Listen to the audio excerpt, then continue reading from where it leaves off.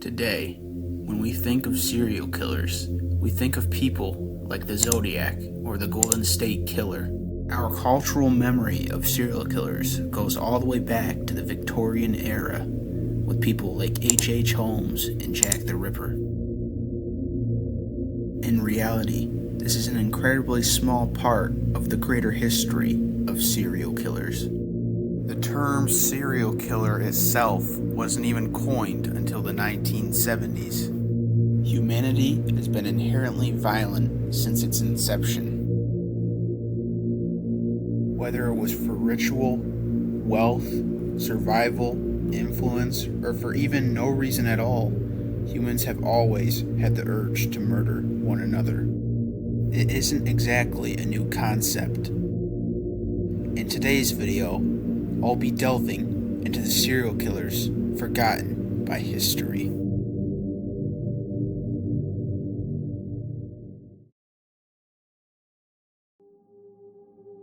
Before recorded history, not much is known about serial killers, with much of what we know coming from cave paintings and skeletal remains.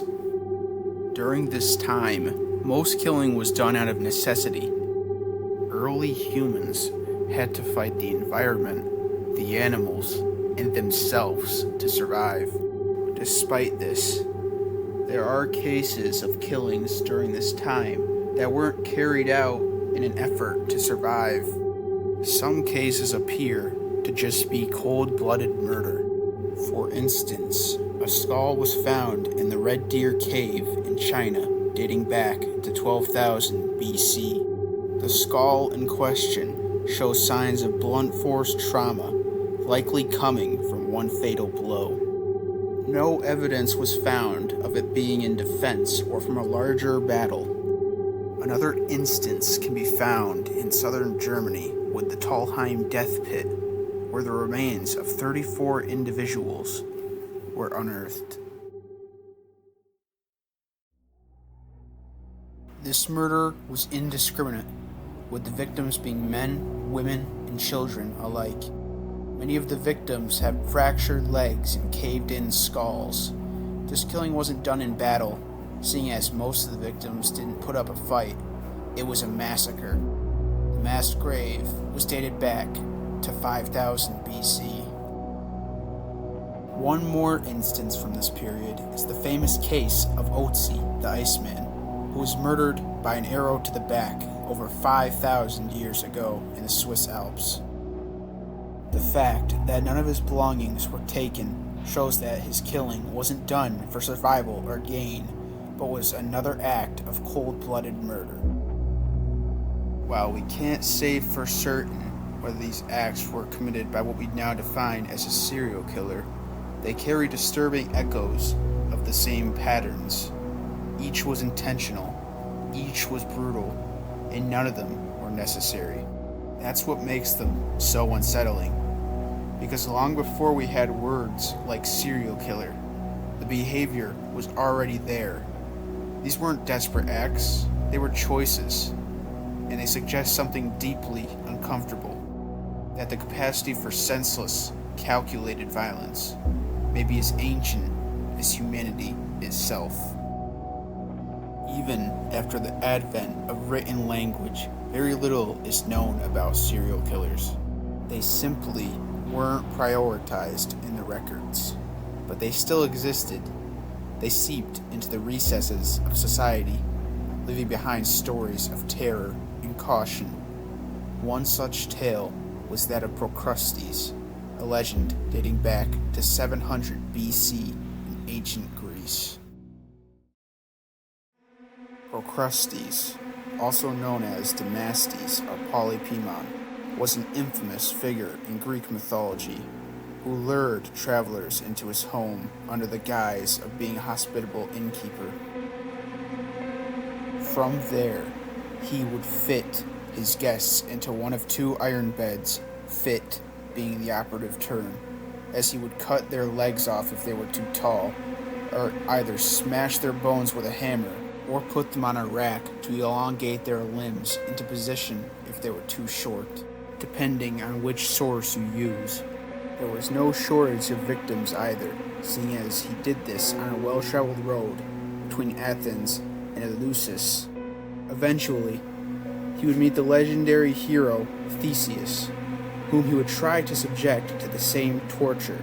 In a twist of irony, he was subjected to the very torture he frequently carried out when Theseus fitted him for the bed.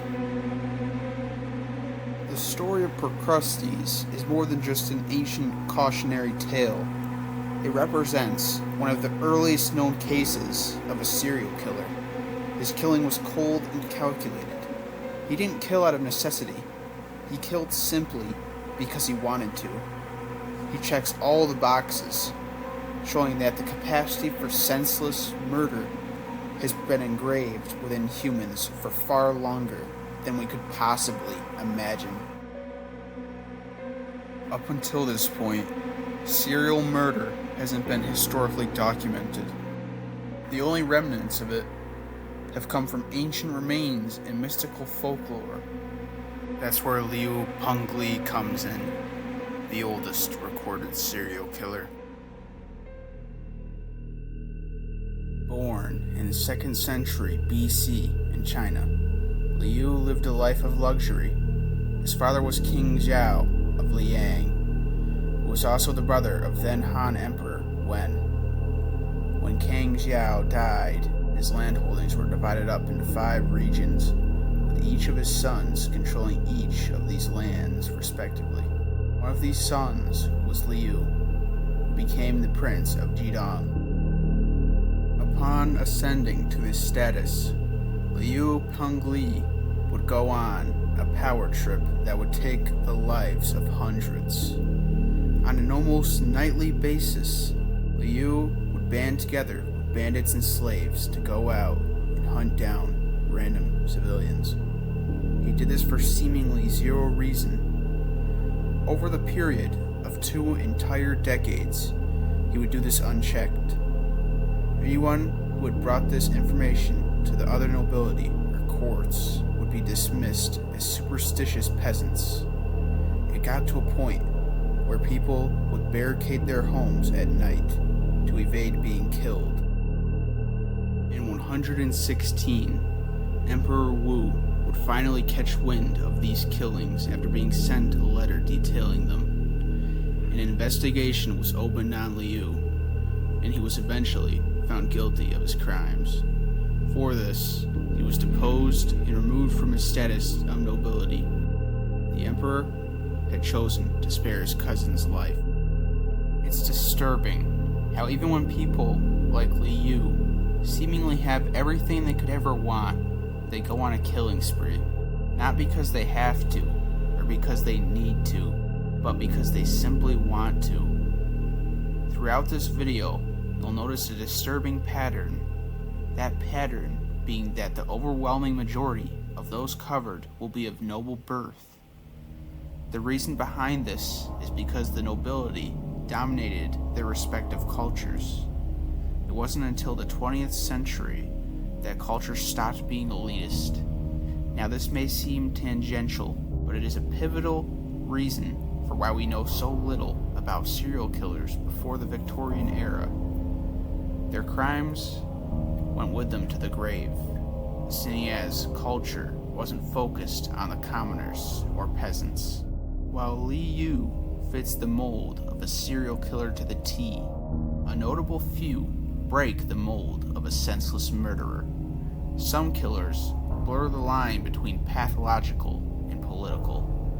One such case emerged a century later in the ancient kingdom of Anuradhapura, located in present-day Sri Lanka. This is the case of Anula of Anuradhapura.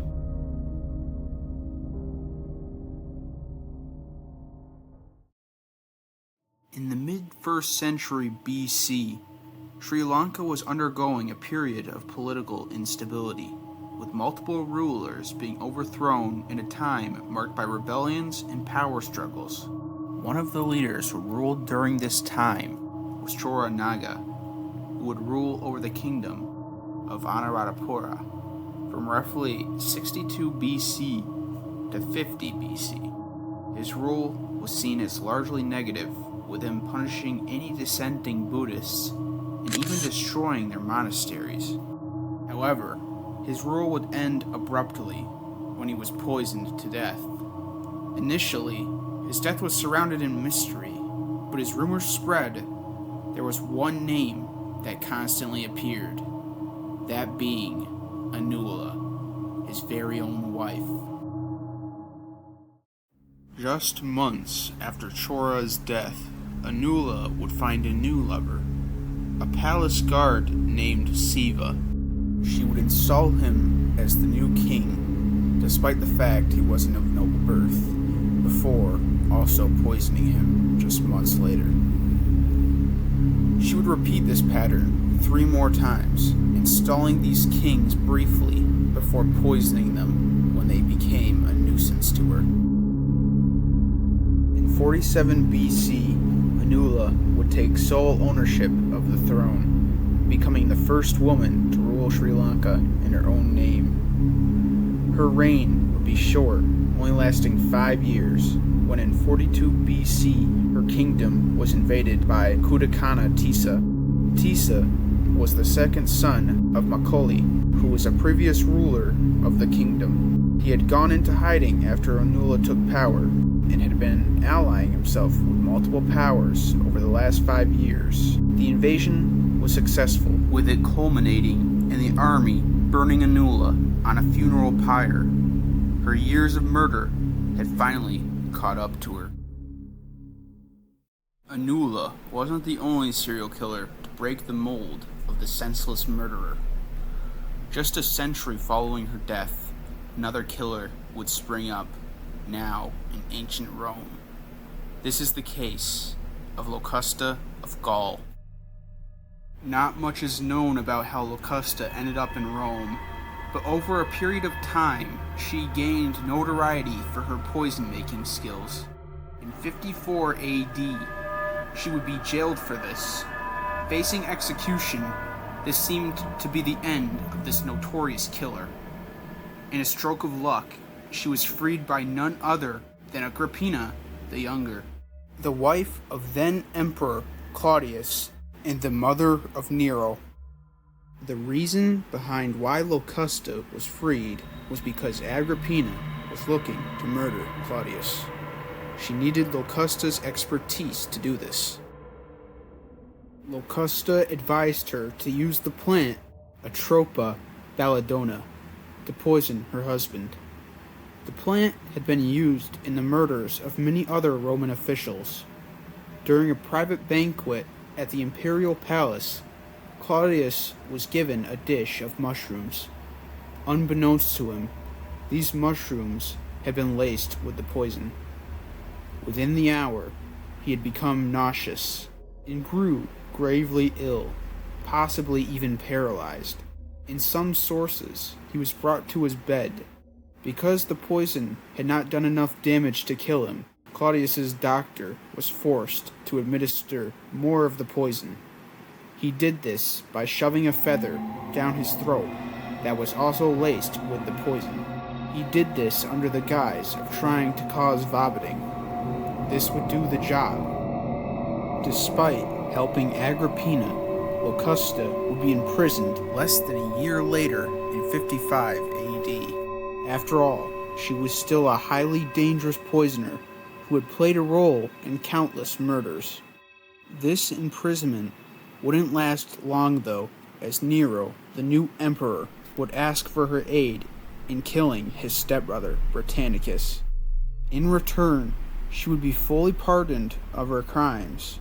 She agreed and soon created a poisonous concoction with arsenic, belladonna, hellebore, and mandrake. Unfortunately, the poison wasn't enough to kill Britannicus. Nero, now irate, flogged Locusta and gave her one more chance to kill Britannicus, else she'd be executed. At another private banquet at the imperial palace, Britannicus was served a dish. This time, he was cautious. He told his taste tester to taste the food for safety. It was deemed safe, but too hot. He was then given a glass of water for this, with the water being laced with Locusta's new poison. After some time of ingesting the poison, Britannicus began convulsing on the floor, showing clear signs of poisoning. Nero disguised this as just an epileptic fit, but soon thereafter, Britannicus would be dead, becoming another victim of the infamous poison maker, Locusta. Nero was ecstatic over this, having cleared the only obstacle in the way of his rule. For this, Locusta was pardoned and given many rewards for her service. Among these rewards was a villa where she could reside. It seemed as if Locusta was finally safe from prosecution. Maybe she was going to get away with her numerous murders after all. Unfortunately for her, over time, Nero would lose favor with the Roman elite. In 68 AD, Nero would be marked as a public enemy and would commit suicide soon after. After Nero's death, a new emperor would be elected. This new emperor, Galba, would begin rounding up Nero's closest associates. Among these associates was none other than Locusta of Gaul. After being arrested, Locusta would be dragged through Rome in chains and be publicly executed. Locusta's crimes were impersonal. She was essentially just a paid assassin forced into a position where she either aided the ruling class in gaining power or faced execution. She took no pleasure in what she did. The same, however, can't be said about the next case. The man we're about to discuss, Dhu Shanatir, wasn't driven by political necessity or survival. Instead, he reveled in the senseless suffering of his victims. Where Locusta acted with calculated coldness, Dhu's actions were driven by an insatiable, sadistic hunger, one that left a trail of pain and terror that went beyond simple murder. His crimes were personal, motivated by nothing more than a twisted desire to inflict harm. In his case, there were no grand schemes, no noble families at play, just pure, unrelenting malice. In the 5th century, the Himyarite kingdom, located in modern-day Yemen, was fractured and facing constant conflict. What had once been a kingdom dominated by Arabian polytheism had now become religiously divided by Judaism and Christianity. Following the death of Shihab al-Yafur, Dhu Shanatir rose to power in roughly 490 AD. His reign would be marked by oppression and corruption. He maintained his power through intimidation and terror. He also harbored a dark secret. He would lure unsuspecting young men into his sleeping quarters before sexually assaulting them and murdering them. Unfortunately, just like in the case of Liu Pengli, this would go unchecked for decades, 27 years to be exact. In 517, Dhu would attempt to claim yet another victim. This time, it was a boy named Zara, the last of the Himyarite princes. Unbeknownst to Dhu, Zara had already heard of his vile acts. Once the boy was lured into Dhu's bedchambers, he pounced on him. Zara unsheathed a knife from his boot and stabbed Dhu until he was dead. Afterwards, Zara would remove Dhu's head and showcase it on the balcony for all to see. He would then become the next king, changing his name to Dhu Nawas. Dhu Shanatir's reign of terror was one of sadistic violence, but not all killers find their power in brute force. Sometimes, the most effective weapons are far more subtle. Just like Locusta, whose skill in poisoning helped her navigate the deadly politics of ancient Rome, and Anula, whose poisoning spree secured her grip on the throne of Sri Lanka, there are those who choose poison not as a last resort, but as a deliberate and calculated method of murder. This is the case of a woman whose deadly concoctions would ultimately unravel the lives of multiple victims, husbands in her case, each succumbing to a slow, lethal fate. This is the case of Alice Kyteler. Alice was born in the mid-13th century to a wealthy Flemish family in Kilkenny, Ireland. In the early 1280s, Alice would marry a wealthy merchant named William Outlaw. After their marriage, the two would start a family, with Alice giving birth to their son, William Jr. Unfortunately, William would die soon thereafter, under dubious circumstances.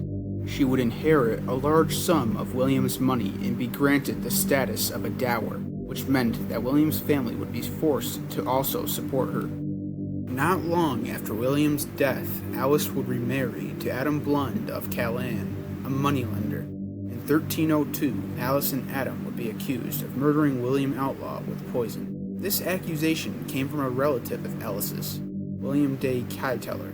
The couple would beat these accusations thanks to their powerful connections. Despite this, Alice would still be viewed with caution and resentment by the locals of Kilkenny. In 1309, Alice would remarry once again to Richard de Val after the death of Adam Blund.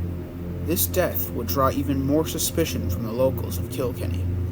After a few years of marriage, Richard would also die. This event would spark more controversy when Alice attempted to receive dower status from Richard's death. This act would be openly protested by Richard's son, who would raise his complaints about Alice to the Bishop of Ossory, Richard de Ledrede, in 1324.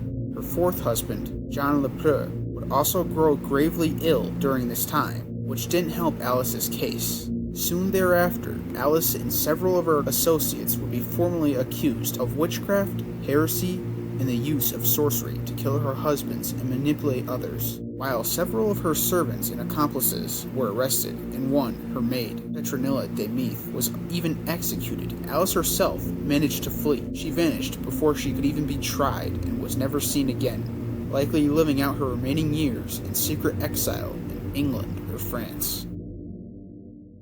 Poison may have been Alice Kyteler's weapon of choice, but what truly set her apart in the public eye was the accusation of something far more damning: witchcraft. Whether she truly practiced the occult or simply became a convenient target for suspicion, the claim that she was consorted with demons would become the defining mark of her legacy. Accusations of the supernatural had a way of turning murder into mythology, branding killers as something more than human, something monstrous. And while Kyteler may have escaped judgment in her lifetime, her name would forever be tied to the whispers of the dark arts. But unlike Alice, the next figure didn't just flirt with the occult, he embraced it. His crimes were ritualistic, his beliefs explicit, and his descent into darkness fully documented. This is the case of Gilles de Rais. Gilles de Rais was born in the early 15th century to a wealthy family of nobles. He was descended from a surprising number of noble houses. His mother's side was from the House of Craon, and his father's side was from the House of Laval. The Laval family had connections to the House of Rais and the House of Montmorency. Unfortunately for Gilles and his brother René, their mother and father would both die when they were still young. The two would then be raised by their maternal grandfather, Jean de Craon. John wasn't much of a parental figure, treating Gilles and René as pawns in his game of chess.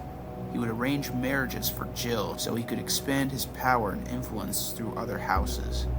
In 1415, many of the members of the House of Craon would perish in the Battle of Agincourt, which was part of the larger conflict between France and England called the 100 Years' War. The two brothers, Gilles and René, would be made the heirs to John's landholdings and possessions. From there on, Gilles would have a relatively stable upbringing. In the early to mid-1420s, Gilles began his service in the military, helping rescue John V from captivity. For this act, Jean de Craon and Gilles de Rais were given land grants, which they exchanged for monetary gifts. In 1429, Gilles would help assist Joan of Arc in the Boer campaign, participating in the battles of Jargeau and Patay. Later that year, he would be given the prestigious title of Marshal of France. The biggest feat would come in 1432, when he helped lift the siege of Lagny. At this point, Gilles would become a national war hero. In November of 1432, his grandfather, Jean de Craon, would pass away, which allowed Ray to go completely unchecked with what he spent his wealth and money on. Over the years, he'd fund theatrical productions, manage his multiple estates, and host lavish parties. He also founded the Church of the Holy Innocents during this period of time. Something also began around this time, something far more sinister. He would hand-select the choir boys who worked at the church, only for them to go missing soon after. With his fortunes dwindling, Gilles also began to dabble in the occult during the mid-1430s. Over the course of several years, Gilles de Rais is believed to have murdered anywhere from 80 to over 140 children, though some estimates range even higher. The exact number may not be known, but the scale and consistency of his crimes have led historians to label him as one of the most prolific serial killers of the medieval era. The victims were overwhelmingly young boys, lured, abducted, and subjected to horrific abuse before being killed. The sheer magnitude of these killings paints a chilling picture of just how far Gilles had descended into depravity. In 1438, he would hire an Italian alchemist and occultist named Francois Prelati. Together, the two would perform ritualistic sacrifices to conjure up the demon Baron. The goal of this was to replete Gilles' lost wealth. After multiple failed tries to conjure up the demon, Gilles would reluctantly give up, now more bitter and poorer than ever. Even then, Gilles would continue to abduct young men and boys and commit unspeakable acts upon them before murdering them. He even had dedicated rooms for these deplorable acts in many of his estates. In May 1440, Gilles de Rais would launch the catalyst for his eventual downfall when he entered a church and threatened a cleric. This was over a land dispute and would cause a secret investigation to be opened on him. The rumors of the missing children and occult practices were uncovered by this investigation, and soon Gilles and his accomplices would be charged for their crimes. On September 15th, 1440, Gilles and his accomplices would be arrested at his castle. Facing torture, Gilles would confess to all of his crimes. After this admission of guilt, Gilles and two others would be executed on October 26th, 1440. Gilles would be the first to be executed, being hung before being cut down to be consumed by the flames below him.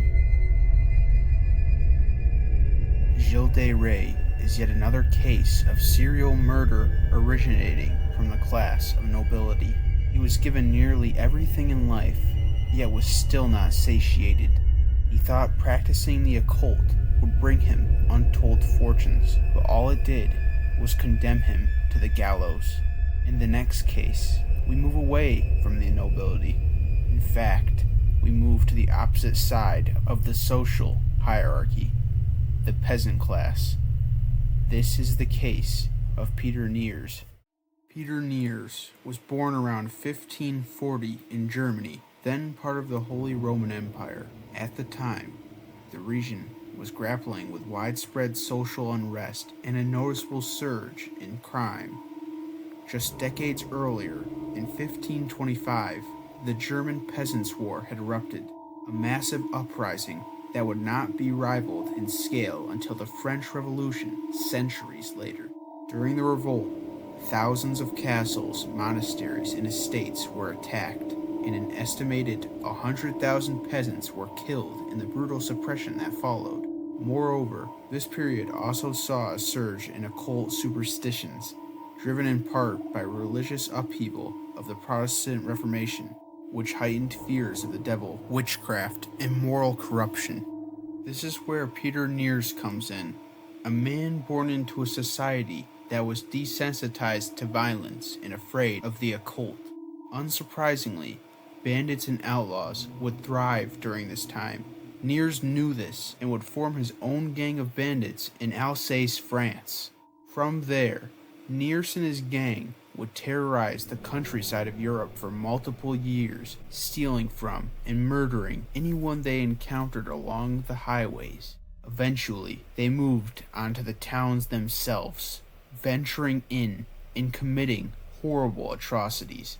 They would steal, rape, and kill. The group would make their way through southern Germany, western France, the Rhineland, and Bavaria. Over time, the sheer brutality and elusiveness of Niers and his gang began to take on a mystical quality. The further their reputation spread, the less they seemed like mere criminals, and the more they came to resemble something darker. Tales began to circulate of Niers having powers no ordinary man could wield. The ability to shapeshift, to become invisible, and to summon dark forces at will. He wasn't just a bandit anymore. He was a sorcerer, a man who had made a pact with the devil.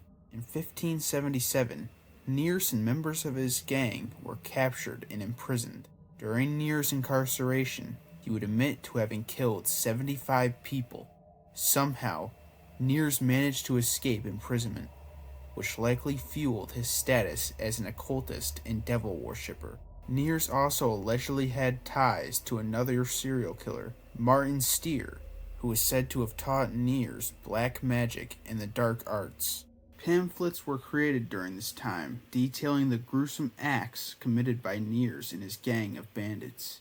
He reportedly targeted pregnant women and used their unborn children for occult practices. He would use their skin to make candles to achieve invisibility. He's also said to have eaten parts of them to shapeshift into animals or objects. Niers became a master of disguise, with his appearance changing from that of a soldier to that of a leper. Despite this, he still had some discernible features that would eventually get him caught. He appeared rather old, with 2 crooked fingers, and also had a scar on his chin. One day, when he was going to a bathhouse in a local town, he was recognized by someone. When word was passed along, more began to recognize him. To confirm, his belongings were checked without his knowing. Disturbingly, among his belongings was a pouch full of dried hearts and hands from unborn children. With this information, Niers was captured by the townsfolk. After capture, Niers confessed to having murdered 544 people, with 24 pregnant women comprising that kill count. Niers would face a grisly end, having to endure multiple forms of torture over the course of 3 days. On the first day, pieces of his skin were stripped away before oil was poured into the flesh wounds. On the second day, his feet were greased and held above hot coals, burning them badly. On the third and final day, he was strapped to the wheel, a device designed to break the bones of one's body. Still clinging to life, his limbs were removed, finally killing him. Niers' cruelty knew no bounds. It's only fitting that his death was just as cruel and brutal. Niers' case was one where fact and fiction were hard to distinguish from. What he did and didn't do was hard to separate, but he was far from the only case during this time where fact and fiction were blurred. Figures like Gilles de Rais, the so-called werewolf of Dole, and Peter Stump, the notorious werewolf of Bedburg, where both were tried and executed for gruesome acts that communities struggled to explain outside of the supernatural. Tales of shape-shifting, dark pacts and monstrous appetites filled the public imagination. But while these cases haunted the rural woodlands and lonely roads of early modern Europe, our next figure stood high above them, nobility drenched in blood.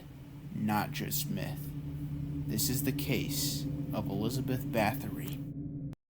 Elizabeth Bathory was born on August 7th, 1560 in near Bathory, a town located in northeastern Hungary, then called the Kingdom of Hungary.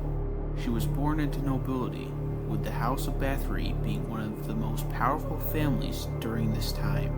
As such, she was given a top-of-the-line education, learning multiple languages from an early age: Latin, German, Hungarian, and Greek. Despite this promising upbringing, she wasn't sheltered from the atrocities being committed around her, whether it was her nation or her very own family.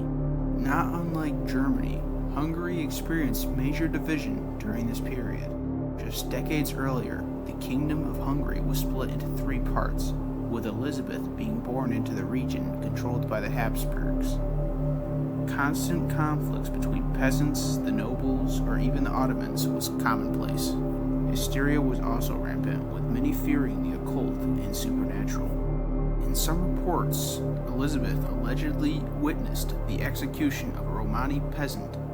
The way in which this peasant was executed was particularly disturbing, with them being sewn into a horse. At the age of 13, Elizabeth became married to Ferenc Nadasdy, a member of the powerful house of Nadasdy. The two soon moved to the castle of Kyteler, situated in the Carpathian Mountains in modern-day Slovakia. Even though servants of the nobility were treated poorly during this time, Elizabeth brought it to a whole nother level. She would punish them severely for minor infractions.